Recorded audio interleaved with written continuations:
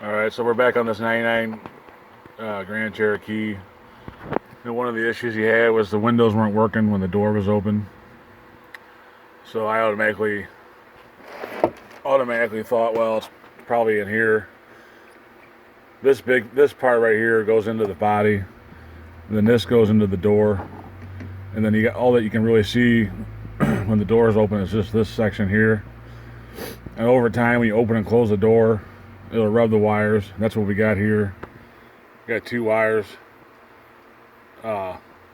This one was almost completely broke off when I pulled this back, and then the black one fell apart shortly after. So those both were probably barely hanging on, and that's why they were still working when the door was closed. But when he opened the door, it was pulling it enough to where it wasn't making connection. And this is obviously a ground here. And this one, I think, is a power all the time, which would be the door locks. I'm not 100%. I didn't look up the wiring diagram. And that's the thing with something like this. I haven't used a voltmeter or a test light. I just listen to the customer, and from experience and common sense, you can not usually, but you can find out a lot of the things. You can troubleshoot a lot of things just by visual inspection and experience. So I already pulled the two wires that come through here out on this side, and I soldered them and heat shrinked them. So I'm going to fish these two wires back through here. These are actually, it's too long. I'll trim this down. I got lucky, there's still enough room on this end to solder. But I'll trim these wires down after I pull them through and solder it on this end. And then we'll put it back together and test it, which I'm sure it's going to work. And if you're going to you want to solder them. If you're going to solder it, make sure, pretty much anytime messing with these wires, I'm pretty sure this brown and gray or brown and white here is power all the time. So if you would touch that against this one, you're going to get some sparks. So make sure that after you figure out your problem and you know what the deal is, disconnect your battery. That way you don't start welding things you don't want to weld. Alright, I went ahead and fished these wires through this boot.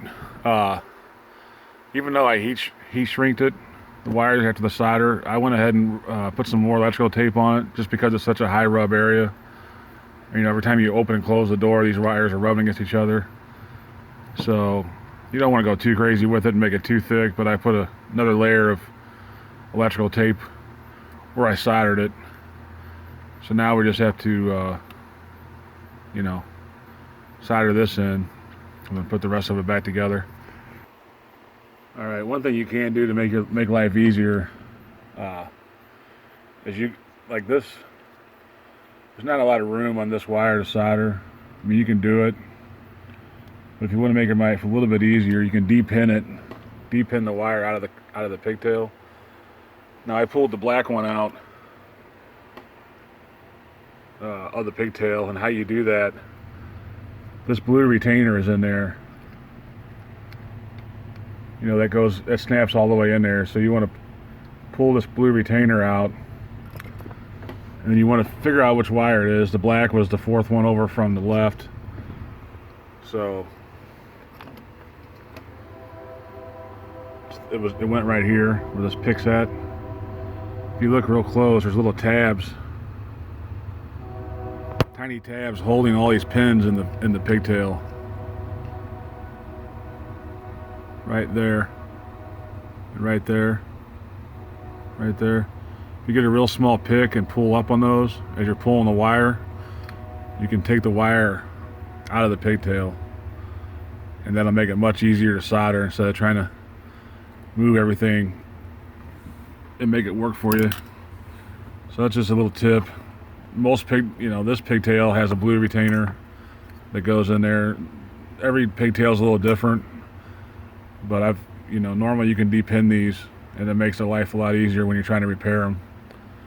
You just want to be careful with the pins themselves. You don't want to expand those or disturb those too much on the inside. The other little tip on soldering is you can get one of these things from Harbor Freight or any place that sells soldering stuff. And this is like a soldering stand. It actually holds your wires. So you don't have to hold the wire when you're trying to solder. You can use your hands to solder. These things come in real handy. They have smaller ones.